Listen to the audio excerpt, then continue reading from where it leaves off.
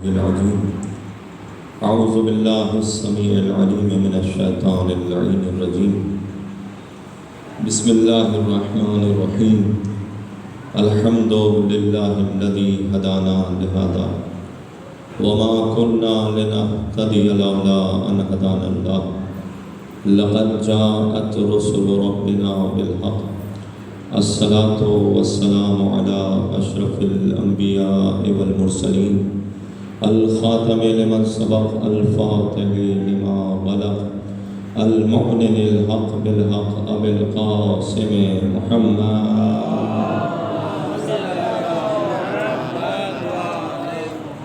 ثم الصلاة والسلام على أهل بيت النبوة ومعدن الرسالة الذين هم أذهب الله عنهم الرجس وطهرهم تطهيرا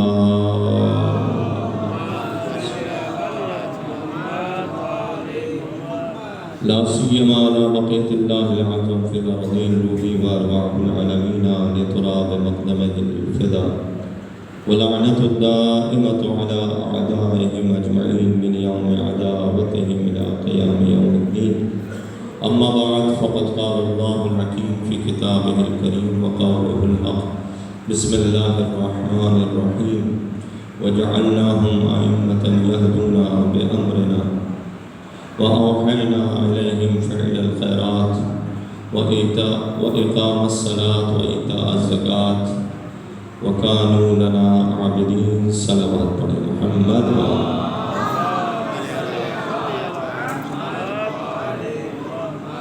عزیزان گرامی قدر تصور بھائی کے حکم پر یہ حاضری ہے اور میں اپنی حاضری نبھانے کے لیے آپ کے سامنے بیٹھا ہوں یقیناً مجلس اعلیٰ تو مکمل ہو چکی ہے 6 گھنٹے کی طویل مسافت کے بعد آپ کے پاس حاضری ہوئی ہے اور یقیناً یہ بیوی نے لکھا ہوا تھا نصیب میں یہ ڈیوٹی دینی تھی اس لیے یہ حاضری ممکن ہے میں بہت وسیع موضوع کو نہیں چھیڑنا چاہ رہا 2-4 باتیں حالات حاضرہ سے متعلق اپنے تمام برادران ایمانی کی خدمت میں خصوصاً نوجوان عزاداروں کی خدمت میں دیکھیں اللہ نے اس کائنات کو اپنے ارادہ کن سے خلق فرمایا جب اس نے چاہا اس نے ارادہ کیا اور ارادہ کرتے ہی اس نے کن کہہ دیا تو کائنات وجود میں آ گئی کائنات کا کوئی گوشہ ایسا نہیں ہے اور کوئی وجود ایسا نہیں ہے جو اس کی خلقت سے باہر ہو سب اس کی مخلوق ہے وہ سب کا خالق ہے سب اس کی مملوک ہے وہ سب کا مالک ہے اس نے انسان کو پیدا کرنے سے پہلے اس کی ضروریات کو پیدا فرمایا اور معصوم کا فرمان ہے کہ کوئی بیماری ایسی نہیں ہے جس بیماری کا وجود روئے زمین پر ہو اس کا علاج پہلے سے موجود نہ ہو توجہ ہے تو جہالت سب سے بڑی بیماری ہے یا نہیں ہے بھائی یہ بیماری جو ہمارے جسم کو لگتی ہے وہ بیماری جس کا تعلق ڈاکٹر کے عمل سے ہے اور علاج سے ہے وہ بیماری تو کچھ وقت میں ٹھیک ہو جاتی ہے لیکن اگر جہالت کی بیماری انسان کی روح کو لگ جائے تو وہ ابو جہل ہو جاتا ہے اور زمانہ بدلتا رہتا ہے 1400 سال بعد بھی اگر کوئی ابو جہل کا بیٹا ہو تو وہ ابو جہل ہی رہتا ہے عالم نہیں ہو سکتا وہ جو ہے صلوات پڑھ دے محمد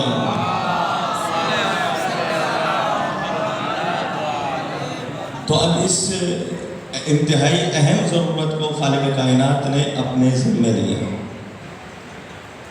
وَجَعَلْنَهُمْ أَئِمَّةً يَهْدُونَ بِأَمْرِنَا ہم نے امام بنائے ہیں وہ ہمارے امر سے ہدایت کرتے ہیں توجہ ہے نہیں اس کا مطلب یہ ہے کہ 2 باتوں کی طرف اشارہ کر دیا امام تم نہیں بنا سکتے امام ہم بنائیں گے توجہ ہے نہیں ہے تو اپنا رہنما خود نہیں چن سکتے ہم بتائیں گے کہ کون رہنما بننے کے قابل ہے کون رہنما بننے کے قابل نہیں ہے یہدون بامرنا وہ ہمارے امر سے ہدایت کرتے ہیں وہ بغیر امر کے ہدایت نہیں کرتے اس لیے کہ وہ صاحب امر ہیں وہ امر کے مالک ہیں اسی سے ہدایت کر سکتے ہیں اور کرتے ہیں صلوات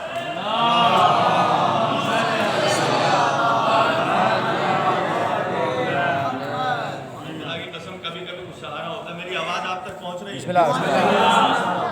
کبھی کبھی سہارا ہوتا ہے اور یہ دنیا کی چیزیں ہیں ان سے ہم نے کبھی سہارا نہیں لیا. یہ تو ضرورت ہے کہ مجمع ہوتا ہے تو وہاں تک آواز پہنچائی جائے، لیکن یقین جانیے کہ جو چیزیں انسان بناتا ہے وہ ہمیشہ دھوکہ دیتی ہیں، جو اللہ بناتا ہے وہ کبھی دھوکہ نہیں دیتا. اور خدا کی قسم اگر علی کے قول پر عمل کیا ہوتا، جو انہوں نے کمیل کا ہاتھ پکڑ کے اعلان کیا تھا کہ یہ گرتا ہوا جھرنا، کمیل تمہیں کیا میں یہ بتاؤں کہ یہ جو پانی گر رہا ہے جھرنے کا، اس پانی سے تمہارے گھر کی قندیلیں روشن کی جا سکتی ہیں. توجہ ہے نہیں ہے؟ تو 1400 سال پہلے میرا امام بتا رہا ہے، یہ تو ابھی 100-150 سال پہلے ایڈیسن نے بلب ایجاد کیا اور لوگوں نے بجلی ایجاد کر لی اور بجلی کے ذریعے سے روشن کیا جانے لگا. لیکن پن بجلی کا تصور اس وقت بھی موجود نہیں تھا. جیسے جیسے زمانہ آگے بڑھا اور پانی کا سہارا لے کر بجلی پیدا کی جانے لگی تو معلوم ہوا کہ سائنسداں اور ہوتے ہیں اور سائنس کے خالق اور ہوتے ہیں. اور جو ہے نہیں ہے، بس 2-4 باتیں میں اس لیے میں کرنا چاہ رہا ہوں کہ عالم اللہ نے ہدایت کے لیے عالم پیدا کیا، جاہل پیدا نہیں کیا. ہمیں بھی چاہیے کہ ہم عالم سے وابستہ رہ کر زندگی گزاریں، جو اللہ سے وابستہ رہ کر زندگی نہ گزاریں. ہمارا تعلق عالم سے قائم رہنا چاہیے، اس لیے کہ عالم ہی در علم تک پہنچائے گا، اور جو در تک پہنچ گیا وہ شہر تک خود بخود پہنچے گا. اور جو دعویٰ کرتا ہے نا بغیر در کے شہر میں پہنچنے کا، یا وہ قذاب ہوتا ہے یا ڈاکو ہوتا ہے یا ڈکیت ہوتا ہے. بھائی کوئی بھی شریف آدمی،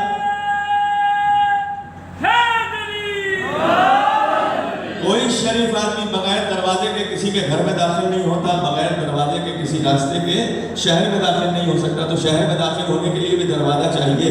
اسی لیے رسول نے اعلان کیا انا مدینۃ العلم وعلی بابھا، میں شہر علم ہوں، علی اس کا دروازہ ہے، علی اس کا دروازہ ہے.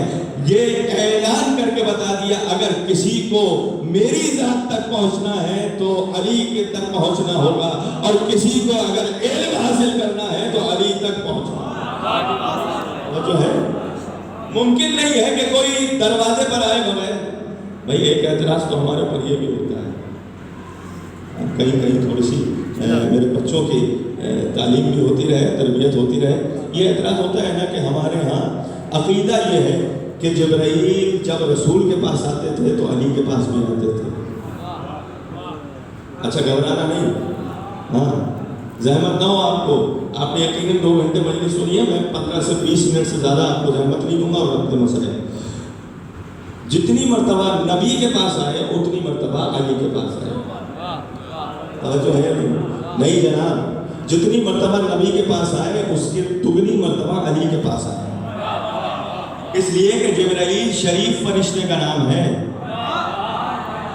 دروازے سے داخل ہونے کا عالی ہے. جب بھی کوئی آیت لے کر نبی کی طرف آیا، آتے ہوئے بھی علی سے پروٹوکول کے طور پہ اجازت لے کر آیا، اور جاتے ہوئے علی کو خدا حافظ کہہ کر گیا.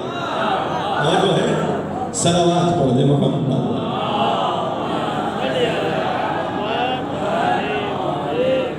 تو یأمرون بأمرنا، وہ ہماری امر سے، ہمارے حکم سے ہدایت کرتے ہیں. وہ اپنی مرضی سے ہدایت نہیں کرتے، وہ ہمارے امر سے اس لیے کرتے ہیں کہ دنیا والے جانتے ہیں کہ دنیا والے ایک وقت وہ آئے گا کہ انہی ہستیوں کو ماننے والوں کو کافر لکھ رہے ہوں گے دیوار پر. ہم بتاتے ہیں کہ صاحب امر کسے کہتے ہیں. اور میرے بچوں، جوانوں، عزیزوں، عزاداروں، ماتمداروں، ہرگز گھبرانا نہیں. اگر دیواروں پہ کوئی کسی کو کافر لکھے تو کافر نہیں ہو جاتا. بھائی دیواروں پہ کافر لکھنے سے کافر نہیں ہوتا. خدا قرآن میں جسے کافر لکھ دے. اب میں آیت پڑھنے جا رہا ہوں، اطیعوا اللہ واطیعوا الرسول واولی الامر منکم. اطاعت کرو اللہ کی، اطاعت کرو رسول کی اور صاحبان امر کی. اب دنیا والے یہ تصور کرتے ہیں کہ ہمارے کمزور ووٹوں پہ کرسی وزارت پر بیٹھنے والا ہی صاحب امر ہے. ہم یہ کہتے ہیں کہ صاحب امر اسے نہیں کہتے جو کمزور کرسی پر بیٹھا کرے، بلکہ صاحب امر وہ ہوتا ہے جو جہاں کرسی رکھ دے اس کی حکومت ہو جائے. اور جو ہے نہیں جہاں کرسی رکھ دے اس کی حکومت ہو جائے. اتنا ہی نہیں ہے، یہ کائنات امر ہے. ابھی میں نے تمہیداً عرض کیا تھا یہ کائنات امر ہے. فَإِذَا أَرَادَ أَمْرًا، جب بھی وہ کسی امر کے لیے ارادہ کرتا ہے، فَقَالَ لَهُ كُن فَيَكُونُ، تو اس کے لیے وہ کہتا ہے کہ ہو جا، وہ ہو جاتی ہے. یہ امر وہ ہے کہ جسے کائنات کے ہر وجود میں دیکھا جا سکتا ہے. یہ سورج ابھر رہا ہے، یہ امر الہی ہے. سورج غروب ہو رہا ہے، یہ امر الہی ہے. یہ چاند روشن ہو رہا ہے، یہ امر الہی ہے. یہ دریا رواں ہے، یہ امر الہی ہے. یہ سب امر الہی ہے. اور اس امر پر اگر کسی کا اختیار نظر آئے تو وہ امت کا نہیں ہو سکتا، مولا کا ہو سکتا ہے. لہذا علی نے انگلی کے اشارے سے سورج کو پلٹا کر بتایا کہ صاحب امر ہم ہیں.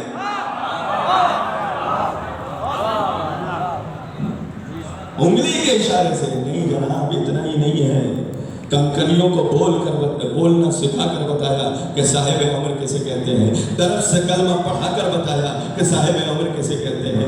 وحش درندے سے ایک بار کلمہ پڑھا کر بتایا کہ صاحب امر کیسے کہتے ہیں. دنیا جس کے سامنے عاجز نظر آئے، اس پر اگر حکومت کر رہا ہو تو وہی صاحب امر ہوتا ہے. اب دنیا چاہے جسے سمجھتی ہے صاحب امر، ہم تو اسے ہی سمجھیں گے جسے قرآن بتا رہا ہے. جو ہے نہیں ہے بھائی، آپ میرے ساتھ ہے نا. اطیعوا اللہ، اللہ کی اطاعت کرو. اطیعوا الرسول، رسول کی اطاعت کرو. وَأُولِي الْأَمْرِ مِنْکُمْ، امر کی اطاعت کرو. صاحبان امر کی اطاعت کرو. یہ صاحبان امر اگر اطاعت نہ ہو تو کیا ہوگا؟ ان کی اطاعت کو کس منزل پر رکھا ہے؟ اللہ نے 2 مرتبہ لفظ اطیعوا استعمال کیا. ایک ہے اللہ کی اطاعت، ایک ہے رسول کی اطاعت. اللہ نے اپنی اطاعت کو جدا رکھا، رسول کی اطاعت کو علیحدہ رکھا، لیکن صاحبان امر کو رسول کی اطاعت کے ساتھ شامل رکھا. اور پھر اس کے بعد آیت کا آخری فقرہ یہ کہہ رہا ہے فَإِن تَوَلَّوْا، اگر تم نے رسول سے روگردانی کی، فَإِنَّ اللَّهَ لَا يُحِبُّ الْكَافِرِينَ، پھر اللہ کافروں کو دوست نہیں رکھتا. رسول سے روگردانی کی، رسول کی پوری زندگی کا انکار کیا جائے تب بھی روگردانی ہے. ایک حکم کا انکار کیا جائے تب بھی روگردانی ہے. وہ جو ہے نہیں، مجھے نہیں معلوم میں اپنے سننے والوں تک کتنا نزدیک ہو پا رہا ہوں. بھائی رسول کا انکار، ایک حکم کا انکار بھی رسول کا انکار ہے. بھائی ہوا یا نہیں ہوا؟ میدان غدیر میں جیسے ہی حدیث ولایت آپ نے اعلان فرمائی ہے، ایک بار ایک شخص کھڑا ہوا بغض علی میں اور کھڑے ہو کر کہتا ہے کہ اگر یہ اللہ کا حکم ہے تو مجھ پر عذاب نازل ہو، اور اگر آپ کی بات ہے تو میں یہ نہیں تسلیم کرتا. رسول کا بھی انکار کر رہا ہے، اللہ کا بھی انکار کر رہا ہے. اور ایسے میں نہ علی نے تلوار اٹھائی، نہ رسول نے تلوار اٹھائی، نہ صحابہ کو حکم دیا تلوار اٹھانے کا. اللہ سے جو دعا کر چکے تھے، اللہم والے من والا ہو وہ آدھے من آدھا ہو، اے پروردگار جو اسے دوست رکھے اس سے تو دوست رکھ، جو اس سے دشمنی کرے اس سے تو دشمنی کر. ادھر یہ دعا نبی کی پہنچی، ادھر وہاں سے پتھر چلا. اور جس نے عذاب مانگا تھا فَسَأَلَ سَائِلٌ بِعَذَابٍ وَاقِعٍ، جس نے سوال کیا عذاب واقع کا اس پر عذاب نازل ہوا. میں کہوں پروردگار اب تک یہی علی تھا، یہی رسول تھے، یہی صحابی تھے جو تیرے لیے میدان کارزار میں نکل رہے تھے اور جنگ لڑ رہے تھے، تلوار چلا رہے تھے، کافروں کو مار رہے تھے، نہیں کفر کو مار رہے تھے.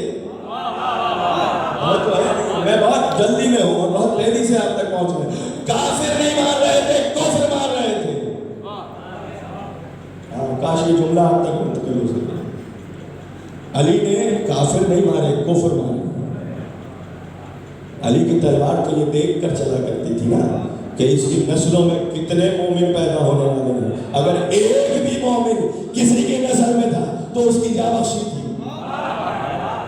یعنی اس کا مطلب یہ ہوا کہ اندھوں کی تلوار اور ہوتی ہے، علی کی تلوار اور ہوتی ہے. کیا کہیں توجہ ہے نہیں ہے؟ اچھا میں اس تلوار کو دوسرا نام دے دوں. اجازت ہے نا؟ ایک 10-15 منٹ کی اجازت دیں گے مجھے؟ ایک سلوات کرتے ہیں.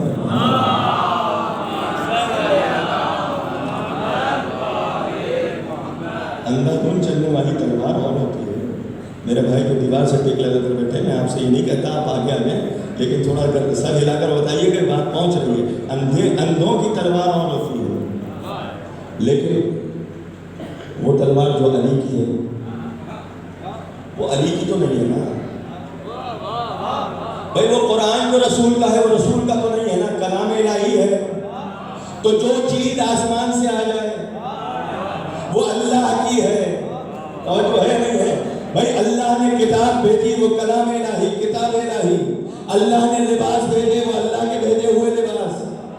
وہ زمین کے درزی کے لباس نہیں تھے، وہ اللہ کے بھیجے ہوئے لباس. آسمان سے من و سلمہ بھیجا مریم کے لیے، دنیا والوں نے کوئی غذا نہ دی، اللہ نے اپنی طرف سے غذا بھیجی، اللہ کا کھانا.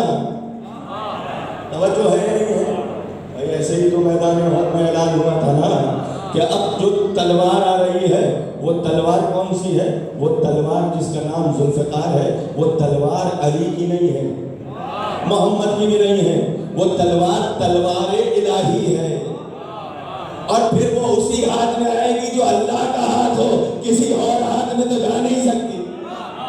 جو ہے نہیں ہے تو اب وہی چلائے گا جو عین اللہ ہو، وہی چلائے گا جو لسان اللہ ہو، وہی چلائے گا جو ید اللہ ہو، وہی چلائے گا جو جنب اللہ ہو. کوئی اور تو چلا نہیں سکتا. اسی لیے سائل نے جب تلوار مانگی تو تلوار دے دی. اب جو تلوار زمین پہ ڈالی تو اب وہ سائل چاہتا ہے کہ تلوار اٹھائے، دائیں سے بائیں سے آگے سے پیچھے سے پورا زور لگا دیا. ایک مرتبہ علی کے چہرے کی طرف دیکھتا ہے، علی کہتے ہیں میں نے تجھے تلوار دی تھی، زور بازو نہیں دیا تھا. میں نے تجھے تلوار دی ہے، زور بازو نہیں دیا. بتا یہ رہے ہیں کہ یہ تلوار خود کچھ نہیں کرتی جب تک ید اللہ ہی طاقت اس میں شامل نہ ہو جائے. اس وقت تک کچھ اثر نہیں ہے اس کا.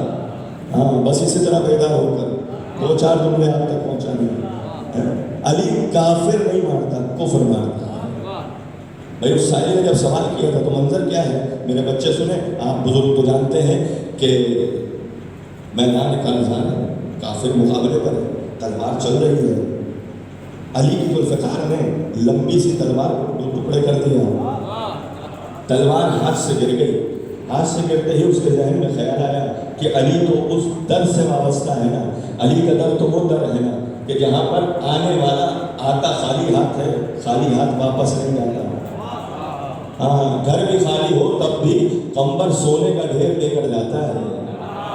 اور جو ہے نہیں ہے تو اب اس سے سوال کر دیا جائے. اس نے موقع غنیمت جانا علی کی تلوار کی زد سے بچنے کے لیے. اسے نہیں معلوم تھا کہ علی جس طرح نزدیک چند گز کے فاصلے کو دیکھتا ہے ویسے ہی طویل فاصلوں کو بھی دیکھتا ہے. جتنا وہ حال سے واقف ہے اتنا ہی ماضی و مستقبل سے بھی واقف ہے. توجہ ہے نہیں ہے؟ جو نسلیں دیکھ کر قتل کرتا ہو اس کے ذہن میں مستقبل قریب تو اتنا روشن ہوگا نا کہ ابھی یہ جو سائل سوال کر رہا ہے یہ کچھ دیر میں کلمہ پڑھنے والا ہے. توجہ ہے نہیں ہے؟ لہذا علی سے سوال کیا. علی نے فوراً تلوار دی اور تلوار دے کر بتایا کہ ہم دینے والے ہیں، بٹورنے والے نہیں ہیں. ہم چھیننے والے نہیں ہیں، ہم غصب کرنے والے نہیں ہیں، ہم دینے والے ہیں، عطا کرنے والے ہیں. کبھی پھر صحیح زندگی میں موقع رہا پھر آپ کے سامنے عرض کروں گا، لیکن یہاں پر بس یہ نقطہ کھل جائے کہ علی کافر نہیں مانتا، کفر مانتا. آمادہ ہے نا؟ علی کافر نہیں مانتا، کفر مانتا. تلوار پھینکی، اس نے ہاتھ جوڑ کر کہا یا علی میں نہتا ہو چکا تھا، آپ کے ہاتھ میں تلوار تھی، آپ قتل کر دیتے، مار دیتے. آپ نے کیوں نہیں مارا؟ کہا ہم کریم ابن کریم ہے، ہمارا خانوادہ کریم ہے. ہمارے ہاں مانگنے والا ایک آتا ہے، دیتے ہم 5 ہیں. پتہ نہیں میں کیا کہتا ہوں. مسکین آتا ہے تب 5 دیتے ہیں، یتیم آتا ہے تب 5 دیتے ہیں، اسیر آتا ہے تب 5 دیتے ہیں. بھائی ایک دے دیتا کافی تھا نا.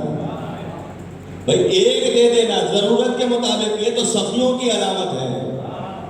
کریم تو وہ ہے جو خود نہیں کھاتا دوسروں کو دیتا ہے.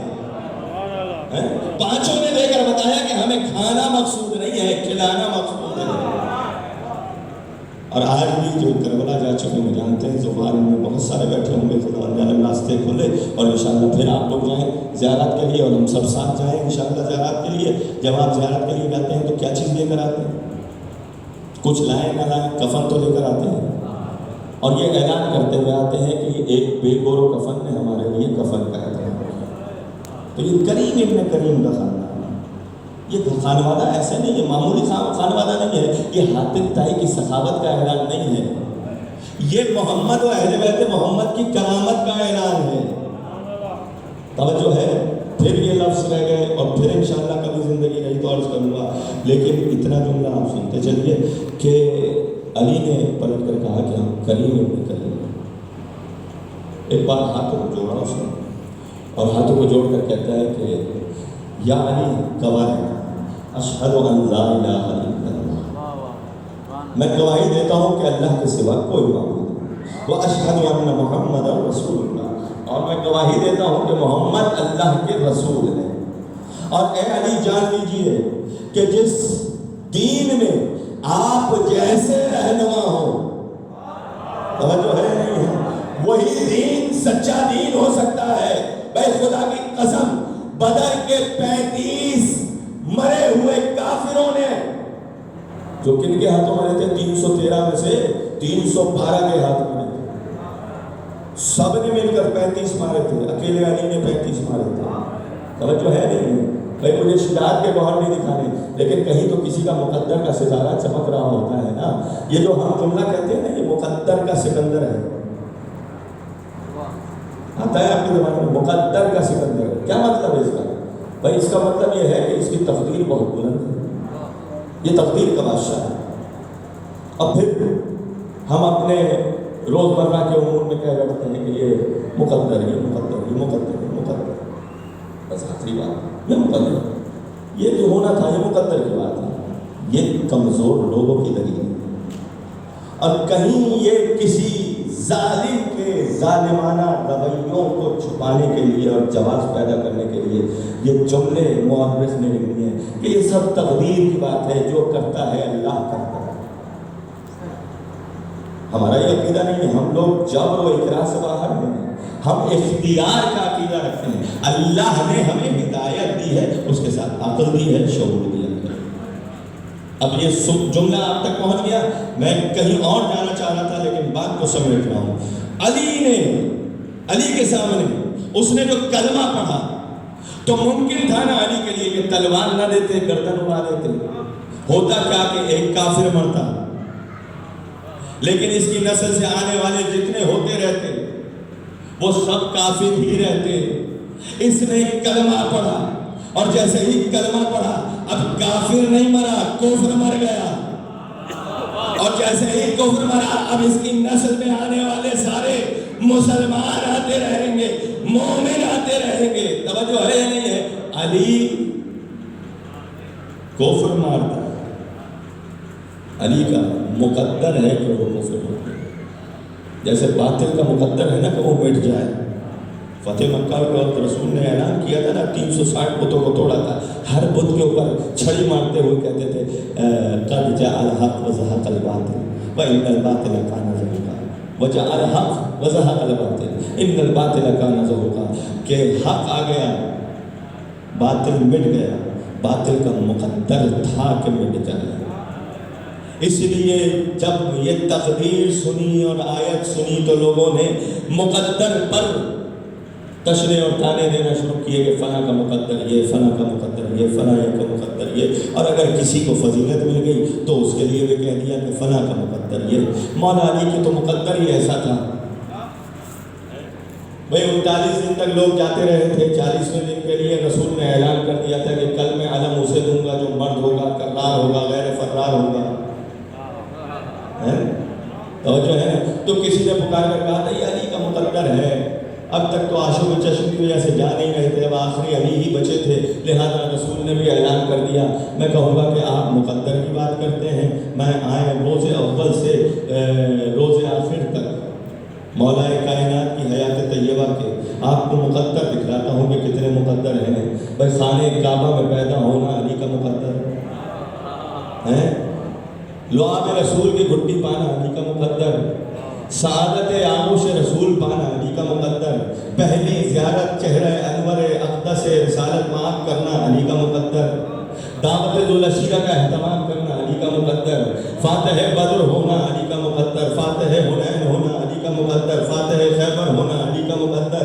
فاتح خندق ہونا علی کا مقدر. مرحب کو پچھاڑ دے علی کا مقدر. امر ابن عبد کو مار دے علی کا مقدر. اور جو ہے کل ایمان کی سند مل جائے علی کا مقدر. ایک ضربت عبادت ثقلین پر بھاری ہو جائے علی کا مقدر. اور جو ہے یہ سب اگر مقدر ہے تو محسوس یہ ہوتا ہے کہ تقدیر لکھنے والا بھی کوئی علی والا تھا، جس نے جو بھی تقدیر لکھی وہ علی کے لیے لکھی.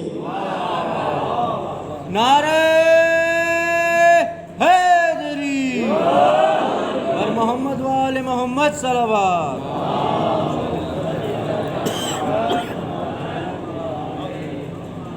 اور ہے نا الیہم فی ان تک اپنے نیک کاموں کی وہی کرو. وہی رسول پہ آتی ہے، لیکن جسے امام بنا دے بواسطہ رسول کو ان تک بھی وہی آتی ہے. ہاں پوری ذمہ داری سے کہہ رہا ہوں، ممبر کا آتا ہے. حدیث سے قصہ سنتے ہیں نا، انما یرید اللہ لیذھب عنکم الرجس اہل البیت ویطہرکم تطہیرا. یہ آیت آپ سنا کرتے ہیں، صلوات پڑھ دیں محمد والے.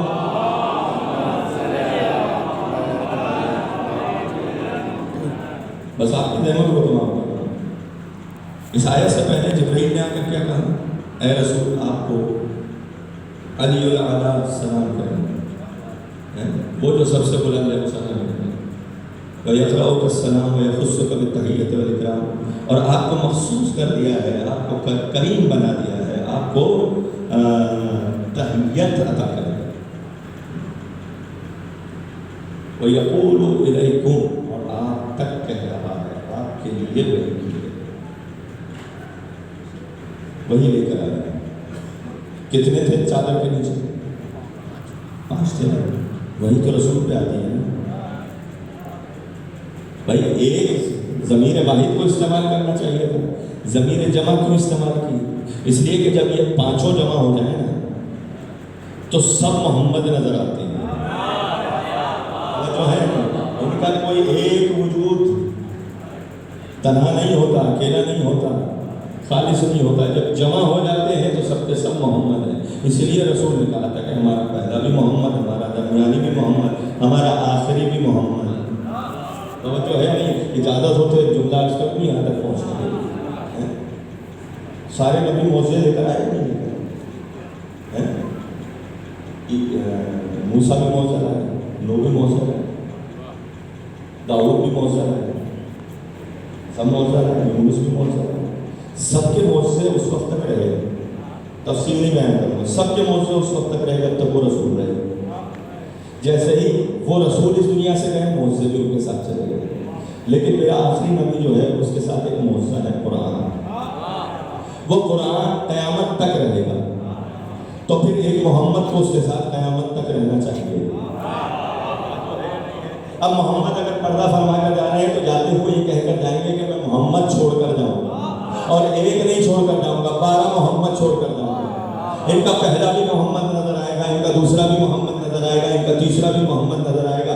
تو تم آسمان، چوتھے آسمان پر عیسیٰ کی زندگی کے اگر قائل ہو تو اتنا جان لو جس اللہ نے عیسیٰ کو باقی رکھا ہے اس نے ہی آخری محمد کو بھی غیبت میں چھپا کر رکھا ہے، تاکہ محمد کا قرآن قیامت تک ہدایت کرتا رہے اور یہ محمد اس کا وارث بن کر اس کی حفاظت کرتا رہے. بس یہ وہ ہے جنہیں خالق کائنات بشریت کی ہدایت. دنیا کی ضرورت کتنے دن کی ہوتی ہے؟ 60 سال 70 سال. مگر روحانی ضرورت کتنے دن کی ہوتی ہے؟ اس ابدی زندگی تک کے لیے جو قبر کے بعد بھی نہیں ہوگا. دنیا کی اشیاء کے لیے، مادی اشیاء کے لیے تو اتنا اہتمام کہ یہ بھی جمع کرنا ہے، وہ بھی جمع کرنا ہے، تخت و تاج بھی حاصل کرنا ہے، سرمایہ بھی جمع کرنا ہے، بینک دولت بھی ہو، گاڑیاں بھی ہو، سب کچھ ہو. وہ جو آخری زندگی ہے اس کے لیے کتنا اہتمام، اس کی طرف تو توجہ بھی نہیں ہے. اور ہمارے جوانوں کی جو عزاداری کرتے ہیں ان کی توجہ بٹانے کی کوشش کی جاتی ہے. اور خدا کے لیے آپ تحمل سے کام لیں. آپ کے امام نے صبر کیا، آپ بھی صبر. کیا ضرورت ہے آپ کو کچھ کہنے کی؟ ہمیں تو کہنا سکھایا ہی نہیں ہے. ہمیں تو ہاتھ پھیلا کر کھڑے ہونا سکھایا ہے. جو ہم تک آئے وہ ہمارے سینے سے لگ جائے. اور جو ہے نہیں بھائی، ہم نے کبھی اپنے بچوں کے ہاتھ میں پتھر نہیں دیے. ہم نے کبھی اپنے بچوں کو یہ نہیں سکھایا کہ تم کسی کی طرف اپنا پنجہ کر کے کچھ بھی کہتے رہو. ہم نے تو یہ سکھایا ہے کہ تم بس ذکر محمد و آل محمد کرو. ہاں، ذکر محمد و آل محمد تک سب نہیں آ سکتے. آئے گا وہ جو رزق سے دور ہوگا. اس لیے کہ ان تک وہی آ سکتا ہے جو خود پلید نہ ہو. جو ہے نا، کبھی کبھی مشغولیات زندگی کی وجہ سے کوئی نہ آ پائے تو الگ بات ہے، لیکن حقیقت یہ ہے کہ اسے 2 گھڑی سوچنا چاہیے جو فرش ادا کو دیکھ بھی رہا ہو اور فرش ادا پر نہ آئے.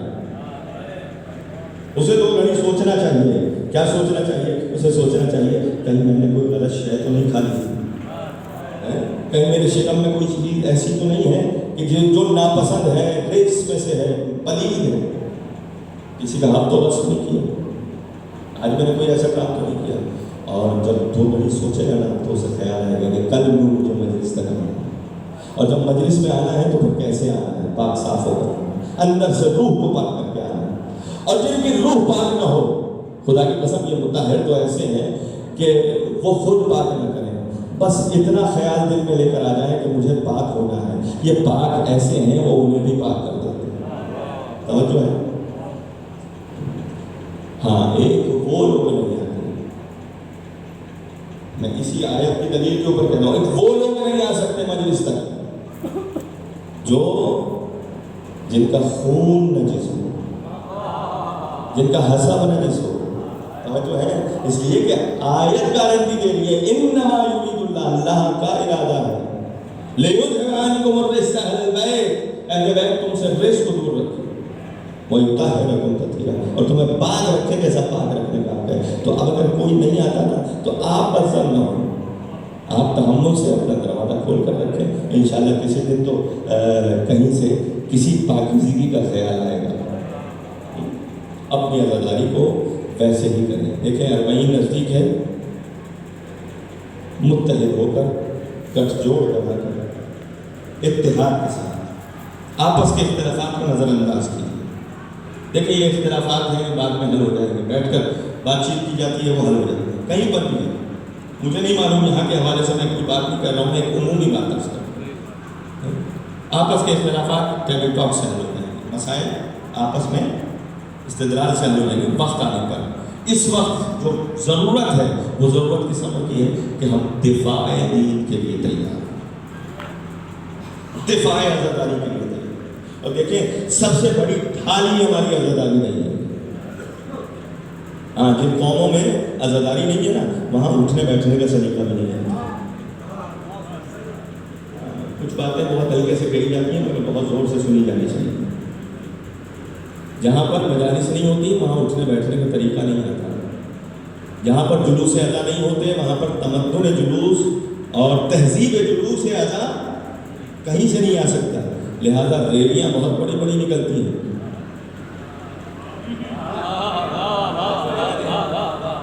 ریلیاں بہت بڑی بڑی نکلتی ہیں. اور خدا کی قسم میں تو کہتا ہوں یہ تو خداوند عالم کا خاص انتظام ہے یا نہیں ہے؟ بھائی اللہ نے سب سے پہلے اپنی عظمت کا اعتراف کس سے لیا تھا؟ شیطان سے لیا تھا یا نہیں لیا تھا؟ جب شیطان نے مہلت مانگی تھی تو شیطان نے کہا تھا اے رب عظیم، اے پروردگار، اے پالنے والے. سارے اعترافات کیے تھے، بس ایک حکم نہیں مان رہا تھا. اعتراف کیا کہ نہیں ہے؟ یعنی مخالف جو بات کہتا ہے اس میں بڑا وزن ہوتا ہے، مخالف جو کام کرتا ہے اس میں بڑا وزن ہوتا ہے. آج تک تو جلوس عذاب بدعت تھے، ریلیاں نکالنا بدعت تھی، علم نکالنا بدعت تھے. آج جھنڈے لے کر ریلیاں ریلیاں نکال کر مجمع جمع کر کے روڈوں پر نکلنا، روڈوں کو بند کرنا بدعت نہیں رہا، احترام صحابہ میں بدعت نہیں رہا۔ میں کہتا ہوں اگر احترام صحابہ میں بدعت نہیں ہے تو احترام اہل بیت میں بدعت ہے اور بدعت نہیں ہے۔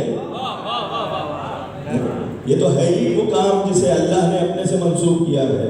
اذکرونی فاذکرکم، اے حسین تم میرا ذکر کرو میں تمہارا ذکر کروں۔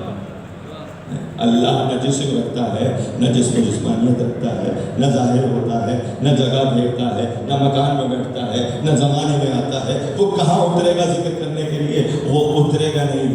اللہ کا قاعدہ یہ ہے کہ وہ جب بھی کوئی نیک کام ہو اسے اپنے آپ سے نسبت دیتا ہے کہ یہ میرا کام ہے۔ ابو طالب نے محمد کو پالا تھا، وہ ابو طالب نے نہیں پالا، وہ میں نے پالا۔ علم نجد کا یتیمن فآوا، اے محمد تمہیں ہم نے یتیم پایا اور تمہاری پرورش کی دنیا نے دیکھا۔ ابو طالب کی آگوش میں پروان چڑھا ہے محمد، اور اللہ کہہ رہا ہے کہ میں نے پروان چڑھایا۔ اس کا مطلب یہ ہوا جب بھی کوئی اچھا آدمی اچھا کام کرے تو اللہ اپنے سے نسبت دیتا ہے۔ نہیں یہاں پر نہیں ہے۔ شب ہجرت میں رسول نے کنکریاں پھینکی اور اعلان ہوا وما رمیت اذ رمیت ولکن اللہ رمی، اے رسول جو تم نے پھینکا ہے وہ تم نے نہیں پھینکا، ہم نے پھینکا ہے۔ توجہ ہے یا نہیں ہے؟ یہاں پر وہ ہے کہ جب کام ہونا ہے، ہو چکا ہے، اس وقت اللہ نسبت دے رہا ہے، اور آپ اپنے مقدر کو سلام کریں کہ ابھی آپ پیدا نہیں ہوئے تھے جب اللہ نے کہا تھا اذکرونی فاذکرکم، تم میرا ذکر کرو میں تمہارا ذکر کروں گا۔ ذکر کرنے کے لیے میں نہیں اتروں گا، ایک قوم کو خلق کروں گا۔ تو میری نیابت میں ابھی کام ہونا ہے نا، ذکر ہونا ہے میری نیابت میں۔ اس کا مطلب یہ ہوا کہ کسی کا ہونے والا کام اللہ اپنی طرف منسوخ کرتا ہے، تو گھبرانے کی بات کیا ہے؟ پریشان ہونے کی بات کیا ہے؟ بھئی عزاداری تو ہماری ڈھال ہے اور ڈھالس ہے اور سپر ہے کہ جس کے سبب ہم زندہ ہیں۔ عزاداری ہماری وجہ سے نہیں، ہم عزاداری کی وجہ سے۔ توجہ ہے یا نہیں ہے؟ ہم عزاداری کی وجہ سے اس عزاداری کے تقدس کو ہم جتنا ممکن ہو سکے حد المقدور اس کو قائم کریں، اس کی عزت کا احترام کریں، اس کی عظمت کو سلام کریں، اس لیے کہ یہ کسی بازاری کی سیرت نہیں ہے، یہ میری شہزادی کی سیرت ہے، شہزادی زینب کبریٰ کی سیرت ہے، یہ بیمار کربلا سید سجاد کی سیرت ہے۔ بس عزیزو آپ کے ذہن پہنچ گئے، میں دو چار جملے بس بی بی سکینہ کے حوالے سے آپ تک پہنچانا چاہتا ہوں۔ وہ سفر ہے نا، تاریخ میں مخصوص ہے یہ تاریخ، اس چھوٹی بطول کی شہادت۔ اجرکم اللہ، آپ کے آنسو رواں ہو گئے، بس یہ مجلس کا حاصل ہے۔